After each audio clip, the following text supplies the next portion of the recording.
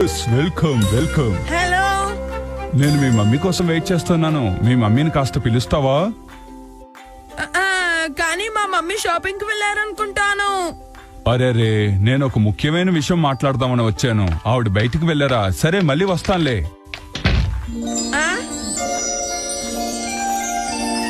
ఆయన మిమ్మల్ని డాడీని అడిగాను అని చెప్పమన్నారు మమ్మీ. ఆయన ఎవరై ఉంటారు? అదే నాకు తెలియటం లేదు. ఆయన పేరేంటి నోబితా? ఏమో నేను అడగలేదు. ఇంటికి ఎవరైనా వస్తే కనీసం పేరైనా అడుగుద్దా నోబితా? చూడటానికి ఆయన ఎలా ఉన్నారు? ఆయన్ని డిస్క్రైబ్ చేయ నోబితా. తీసుకురాబా.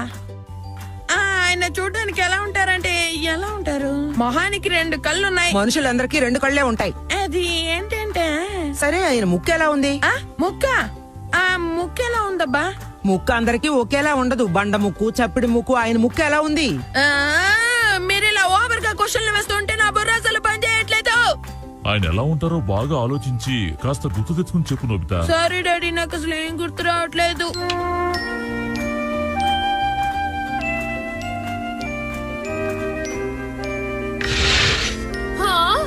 నువ్వు అప్పుడే లేచావా? నువ్వేం డ్రా చేస్తున్నావో నాకు చూపించవా?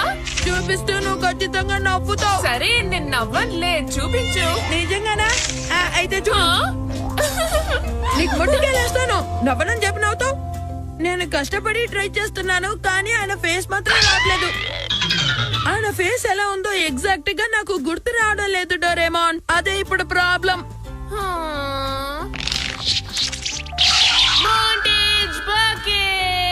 బాత్రూమ్ నుంచి తీసుకొచ్చేసావా? దీన్ని యూజ్ చేస్తే ఎవరైనా ఫేస్ ని రీక్రియేట్ చేయొచ్చు.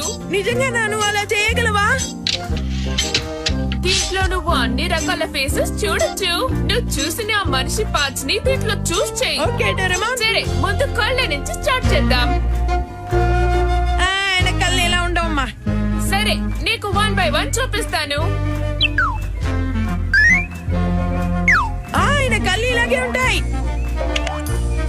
సరే, ఇప్పుడు నోస్ ఎలా ఉంటుందో చూపించు.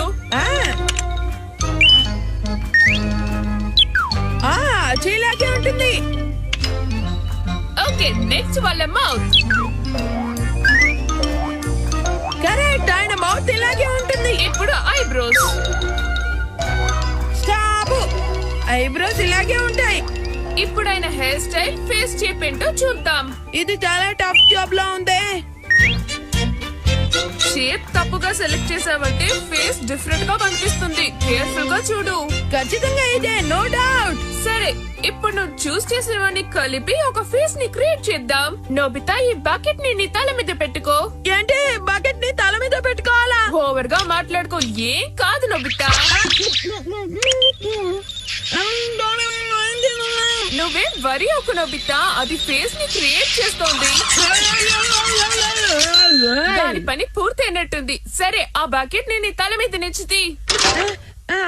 కాస్త అద్దంలో చూడు. కరెక్ట్, ఆయన మొహం ఇలాగే ఉంటుంది. అలాగా? అయితే వెంటనే వెళ్లి మామ్ డాడ్ కి చూపి. ఇతను ఎవరై ఉంటాడు?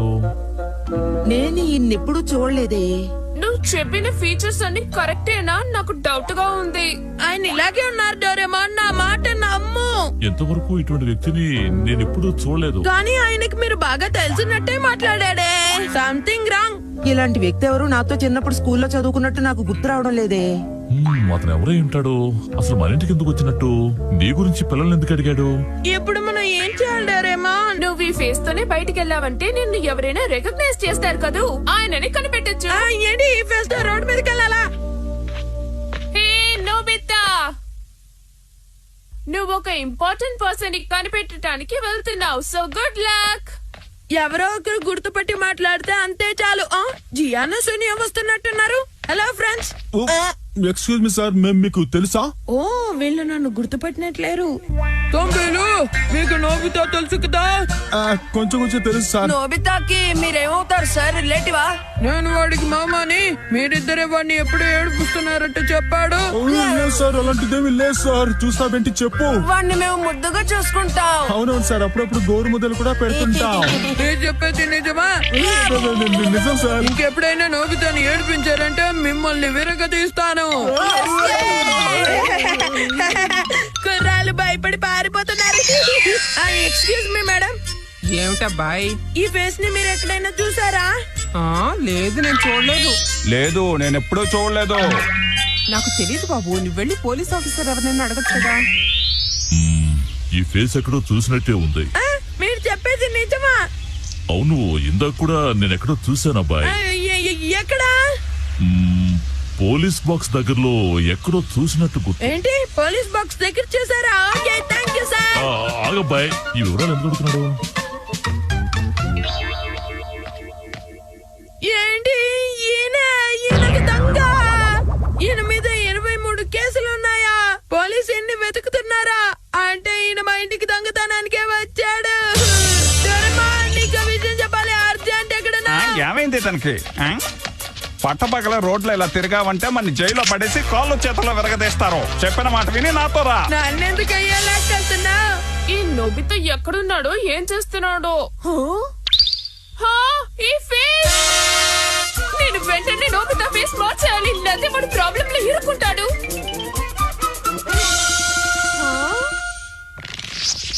ఎక్స్క్యూజ్ మీ సార్, మీరు ఎందుకు ఇక్కడ దాక్కుంటున్నారు నేను తెలుసుకోవచ్చా?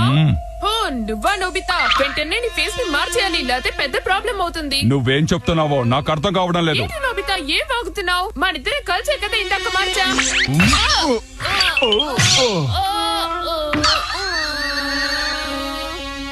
ఈ మధ్య టెక్నాలజీ బాగా పెరిగిపోయింది.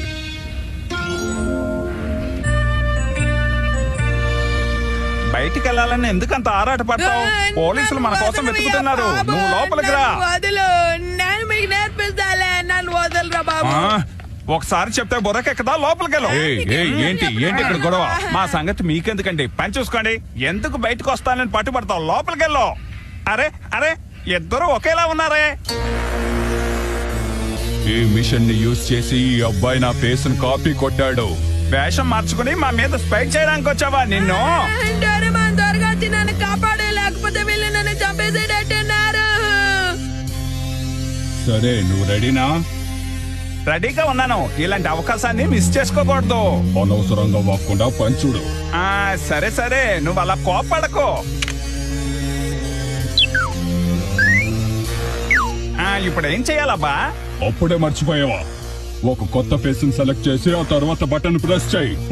అవసరమైనప్పుడు మాత్రం వీడు రాడు. అంతా నా బ్యాడ్ లక్. అంతే, పని పూర్తయింది అనుకుంటాను. ఏంటి నా ఫేస్ ఎలా ఉంది? చాలా గ్లామరస్ గా ఉందా? ఇదిగా నువ్వే చూసుకో. ఏంటిది తలకిందులుగా ఉంది? ఏం చేసావు నువ్వు? నీకింత చిన్న పని కూడా చేత కదా? లేదు, నువ్వు నన్ను పట్టుకోపోతే. అమ్మయ్యా, నువ్వెక్కడున్నావు కనిపెట్టాను. డోరేమాన్ వచ్చేసావా? ఇప్పుడు నువ్వు సేఫ్ గా ఉన్నావు నోబితా. వాళ్ళు తప్పు బట్టలు ప్రెస్ చేసినట్టున్నారు, అందుకే ఇలా అయింది. నోబితా, నువ్వెలా ఉన్నావు నోబితా? వెళ్ళిపోయారా? ఇందాకే వెళ్ళారు సునియో. నోబితా, మేము ఉండగా నువ్వు ఇలా రోడ్డు మీద ఒంటరిగా వెళ్తే ఏమైనా బాగుందా చెప్పు? ఎన్నిసార్లు మనం గొడవ పడ్డా ఫ్రెండ్స్మే కదా. ఈ సీక్రెట్ ని ఇలాగే మెయింటైన్ చేస్తే వీళ్ళు నన్ను కొట్టకుండా ఉంటారు. ఓకే, గ్రౌండ్ కు వెళ్ళి ఆడుకున్నావు. మన గ్రౌండ్ కు వెళ్ళి ఆడుకున్న తర్వాత ఐస్ క్రీమ్ తిందామా? ఇది సూపర్ ఐడియా.